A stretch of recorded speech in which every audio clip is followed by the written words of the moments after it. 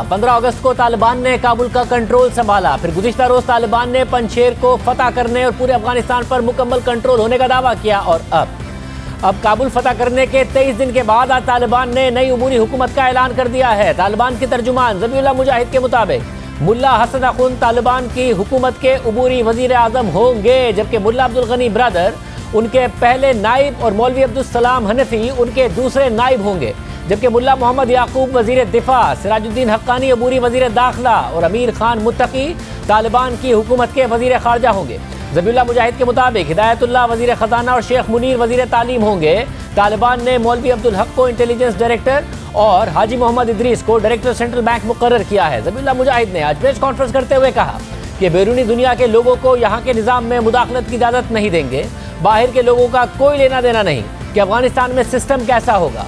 किसी को हमारे मुल्क के दाखिली मामलात में मुदाखलत की इजाज़त नहीं देंगे।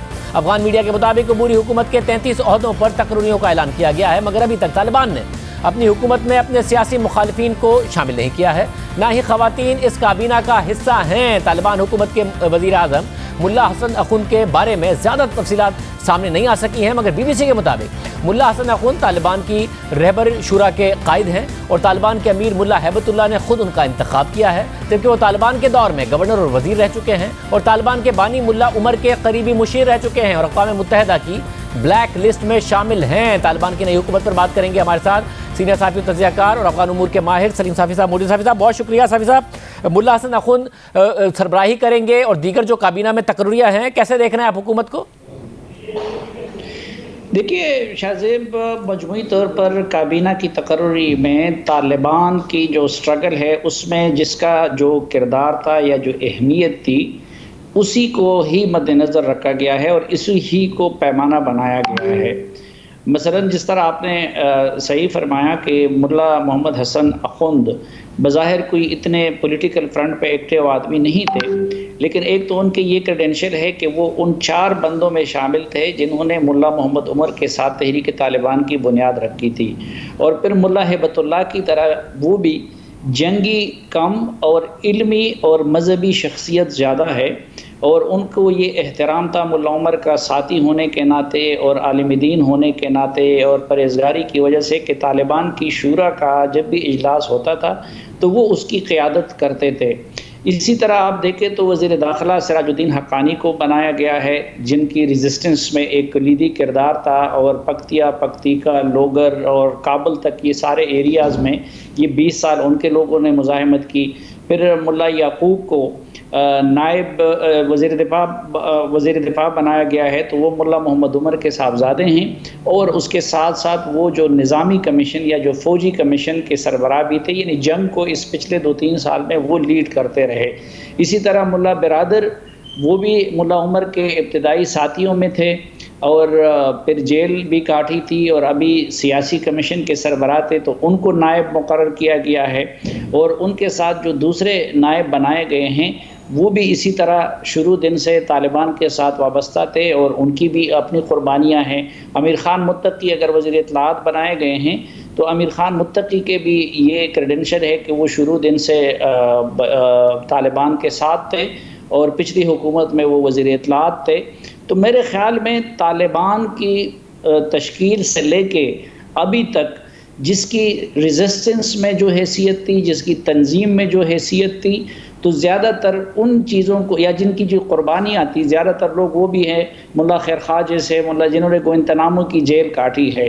तो कुर्बानियों, तंजीम के साथ कमिटमेंट और तंजीम में जो तजुर्बा था उसी ही को मायार बना के ये ओहदे भी दिए गए हैं। तो साफ़ी साहब, एक जो पाकिस्तान की तरफ से भी कहा जा रहा था कि एक इंक्लूसिव हुकूमत होनी चाहिए ताकि कोई खाना जंगी के खतरात ना हो, इख्तलाफात के मामलात ना हो। तालिबान ने ये तो वाज़ेह कर दिया था कि जो गुज़िश्ता 20 साल में हुकूमत में रहे हैं वो नहीं होंगे, वो नज़र भी नहीं आ रहे हैं, मगर ये एक इंक्लूसिव हुकूमत है जिसमें जो मुख्तलिफ एथनिसिटीज़ हैं उनकी नुमाइंदगी नज़र आती हो। देखिए, पाकिस्तान ने पिछले चंद दिनों में बड़ी कोशिशें की। जो स्पेशल इन्वाई थे सादिक, उन्होंने भी कोशिशें की। वहाँ पे काबुल में पाकिस्तान के सफ़ीर भी कोशिश करते रहे और पाकिस्तान के इंटेलिजेंस के हुकाम की तरफ से भी कोशिशें होती रही कि इंक्लूसिव उस शक्ल में बन जाए جو ویسٹ کے لیے بھی قابل قبول ہو، یعنی اس میں حامد کرزئی اور عبداللہ اور اس طرح کے لوگ بھی یا ان کے نمائندے بھی شامل ہو جائیں۔ لیکن اس میں بڑی رکاوٹ تھی، ایک تو طالبان کی صفوں میں زیادہ تر لوگ اس کو ایکسیپٹ کرنے کے لیے تیار نہیں تھے کہ جن لوگوں کے ساتھ ہم نے 20 سال جنگ کی ہے ہم ان کو ایک اپنی حکومت کا حصہ کیسے بنائے۔